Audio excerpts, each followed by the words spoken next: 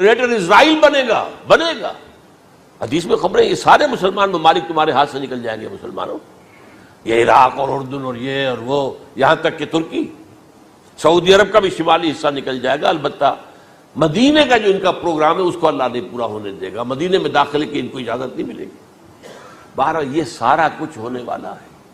وہ وقت بھی آنے والا ہے کہ حضور کی ایک حدیث کے مطابق ایک شخص کے 1000 بیٹے ہوں گے تو 999 ختم ہو جائیں گے، ایک بچے گا. یہ وقت بھی آنے والا ہے کہ حضور فرماتے ہیں اتنی بڑی جنگ ہوگی، اتنی خریزی ہوگی کہ پوری زمین اٹ جائے گی لاشوں سے. تو پرندہ جو ہے کوئی، ایک تو پرندے ہوتے ہیں کہ جو مردار خور ہے، گدھ ہے، وہ تو بڑی خوشی سے اتریں گے، تناول فرمائیں گے لاشوں کو. اسی طریقے سے کوے ہیں، چیلے ہیں. لیکن جو نفاست پسند پرندے ہیں وہ لاش کے اوپر اترنا نہیں چاہتے. تو ایک پرندہ اڑتا چلا جائے گا، اسے کہیں زمین پر اترنے کی جگہ نہیں ملے گی، لاشیں ہی لاشیں ہوں گی. یہاں تک کہ وہ تھک ہار کر اس کے جو ہے پر جواب دے جائیں گے، گرے گا تو لاش پر گرے گا. یہ وقت آنے والا، اور یہ یہودیوں کے ہاتھوں، یا یہودیوں کے جو سپورٹرز ہیں اس وقت، جو ان کے ہاتھ میں آلہ کار ہیں، ان کے ہاتھوں آنا ہے. میرے نزدیک اس کام کے لیے اس ملعون قوم کو، کہ جو حضرت عیسیٰ کے زمانے سے ملعون ہو چکی ہے، اس کو باقی رکھا گیا ہے. اسے یہ موقع دیا گیا ہے. اس نے اسرائیل بنا لیا ہے. تقریباً 2000 سال کے بعد وہ دوبارہ آ کر آباد ہوئے اس سرزمین میں جہاں سے نکال دیے گئے تھے 70 عیسوی کے اندر. یہ سارا کچھ کیوں ہو رہا ہے؟ ان کا یہ استثناء کیوں کیا گیا؟ یہ بڑی تلخ بات ہے، یہ یاد کر لیجیے. کیونکہ یا تو قوم اسی وقت ہلاک کر دی جاتی، جیسا کہ ہوا قوم نوح، قوم ہود، قوم عاد، قوم ثمود، قوم شعیب. یہ ہوا کہ نہیں ہوا؟ اور سدوم اور عمورہ کی بستیاں جہاں حضرت لوط بھیجے گئے، اور آل فرعون جو ہلاک کیے گئے. یا تو پوری قوم ہلاک کی جاتی؟ نہیں.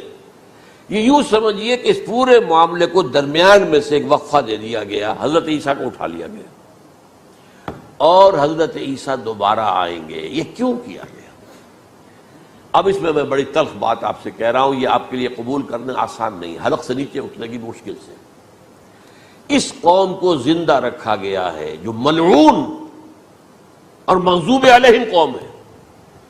سب سورہ فاتحہ میں مفسرین لکھتے ہیں ضالین، یہ نصارہ ہیں، اور مغضوب علیہم یہ یہودی ہیں. اور قرآن کہتا ہے لعن الذین کفروا من اہل الکتاب علی لسان داؤد وعیسی ابن مریم، لعنت کی گئی. ایک ملعون اور مغضوب قوم کے ہاتھوں آخری امت محمد، اور اس کا بھی بہترین حصہ، اس پر عذاب ان کے ہاتھوں آئے گا. عربوں پر عذاب یہودیوں کے ہاتھوں، اس لیے ان کو بچایا گیا. یہ میں نے کئی دفعہ واقعہ سنایا، مولانا اسلائی صاحب بتایا کرتے تھے، کیونکہ وہ راجپوت تھے، یو پی کے راجپوت، مشرقی حصے کے، کہ ہمارے ہاں کوئی نوجوان اگر کوئی بڑی گری ہوئی حرکت کرتا تھا تو اس کے سر پر چمار کے ذریعے، چمار کے ہاتھوں جوتا لگوایا جاتا تھا. اگر راجپوت کے سر پر راجپوت کا جوتا گرا تو چلو تکلیف تو ہوئی، لیکن یہ کہ راجپوت کا جوتا گرا ہے نا، پڑا ہے. لیکن راجپوت کے سر پر چمار کا جوتا، جس کو آپ انگریزی میں کہتے ہیں to add insult to injury, وہ تکلیف بھی ہے جوتا کھانے کی، اور انسلٹ ہے کہ ایک چمار مار رہا. یہ امت سب سے خیر امت ہے. کنتم خیر امت اخرجت للناس.